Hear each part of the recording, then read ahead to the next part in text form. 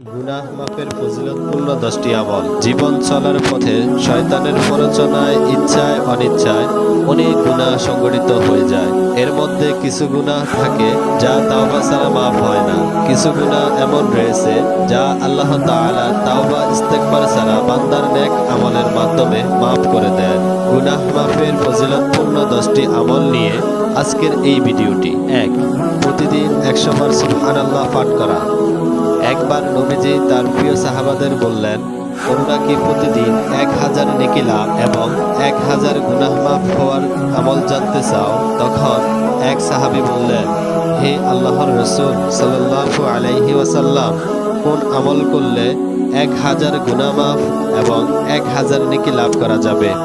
তখন নবী করিম সাল্লাল্লাহু আলাইহি ওয়াসাল্লাম বললেন, 100 বার সুবহানাল্লাহ বললে 1000 নেকি লেখা হবে এবং কোন বর্ণনা মতে 1000 গুনাহমোচন হবে। সহিহ মুসলিম হাদিস নাম্বার 2698। 2. নবীর ভালোবাসা।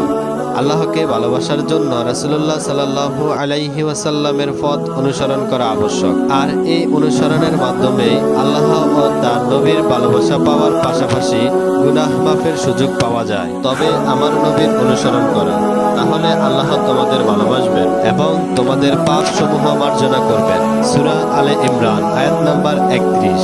নবীর উপর দুরূদ পাঠ করা। হযরত আনাস রাদিয়াল্লাহু তাআলা আনহু বলেন, রাসূলুল্লাহ সাল্লাল্লাহু আলাইহি ওয়াসাল্লাম বলেছেন, যে ব্যক্তি আমার উপর একবার দুরূদ পাঠ করবে, আল্লাহ তার প্রতি 10টি রহমত নাজিল করবেন আর তার 10টি গুনাহ মাফ করে দেবেন এবং 10টি মর্যাদা বৃদ্ধি করে দেবেন। সুনানে নাসাঈ হাদিস নাম্বার 1297। 4. ফজর ও মাগরিবের নামাজের পর নির্দিষ্ট দোয়া।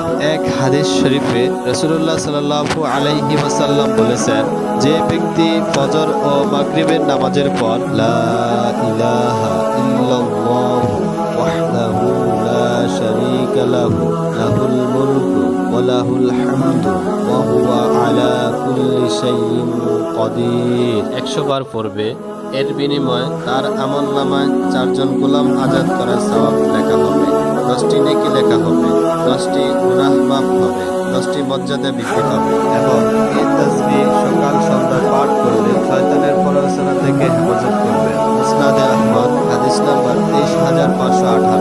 উত্তম রূপে ওযু করা। হযরত আবু হুরায়রা রাদিয়াল্লাহু তাআলা আনহু বলেন, রাসূলুল্লাহ সাল্লাল্লাহু আলাইহি ওয়াসাল্লাম বলেছেন, যখন কোনো মুসলিম ওযু করে তখন তার চেহারা দোয়ার সময় পানির ফোঁটার সঙ্গে সঙ্গে চোখের গুনাহগুলো ধুয়ে যায়।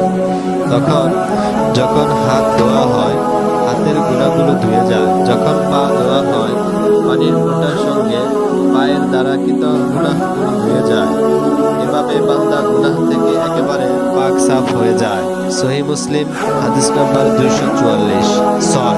5 ওয়াক্ত নামাজ আদায় করা। যে ব্যক্তি যথাসময়ে 5 ওয়াক্ত নামাজ আদায় করবে, তার গুনাহ মাফের ব্যাপারে রাসূলুল্লাহ সাল্লাল্লাহু আলাইহি ওয়াসাল্লাম হাদিস শরীফে চমৎকার একটি উদাহরণ তুলে ধরেছেন।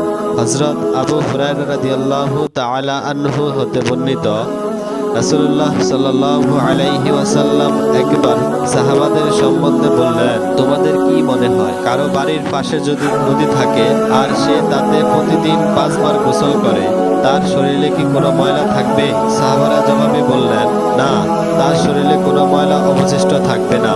নবী করিম সাল্লাল্লাহু আলাইহি ওয়াসাল্লাম তখন বললেন, 5 ওয়াক্ত নামাজের দৃষ্টান্ত এরূপ, এর মাধ্যমে আল্লাহ বান্দার পাপ সমূহ মিটিয়ে দেন। সহিহ মুসলিম হাদিস নাম্বার 667। 7. জুমার নামাজ আদায় করা। হযরত আবু হুরায়রা রাদিয়াল্লাহু তাআলা আনহু হতে বর্ণিত, রাসূলুল্লাহ সাল্লাল্লাহু আলাইহি ওয়াসাল্লাম বলেছেন, যে ব্যক্তি উত্তম রূপে ওযু করলো ও জুমা এলো, এরপর মনোযোগ সহ খুতবা শুনলো ও চুপ থাকলো, আল্লাহ তাআলা তার গত জুমা ও এই জুমার মধ্যবর্তী সময়ের গুনাহ মাফ করে দেবেন, আরো অতিরিক্ত 3টি গুনাহ মাফ করবেন। সহিহ মুসলিম হাদিস নাম্বার 857। 8. নামাজের জন্য মসজিদে গমন। জামাআতের সঙ্গে নামাজ পড়লে প্রতি কদমের বিনিময়ে গুনাহ মাফ ও মর্যাদা বৃদ্ধির ঘোষণা এসেছে। হযরত আবু হুরায়রা রাদিয়াল্লাহু তাআলা আনহু বলেন, রাসূলুল্লাহ সাল্লাল্লাহু আলাইহি ওয়াসাল্লাম বলেছেন, জামাআতের নামাজ ঘরের বা বাজারের নামাজের অপেক্ষা 5 গুণ বেশি সওয়াব রাখে। কারণ বান্দা যখন উত্তম রূপে ওযু করে এবং একমাত্র নামাজের উদ্দেশ্যে ঘর থেকে বের হয়, তো প্রতিটি কদমের বিনিময় আল্লাহ তার একটি করে মর্যাদা বৃদ্ধি করেন এবং একটি করে গুনাহ মিটিয়ে দেন। সহিহ বুখারী হাদিস নাম্বার 647। 9, ফাতিহা শেষে আমিন বলা।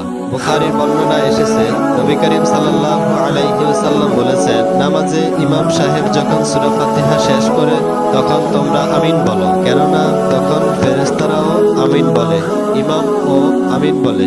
আর যার আমিন বলা ফেরেশতাদের আমিন বলার সঙ্গে মিলবে, তার আগের সব পাপ ক্ষমা করে দেওয়া হবে।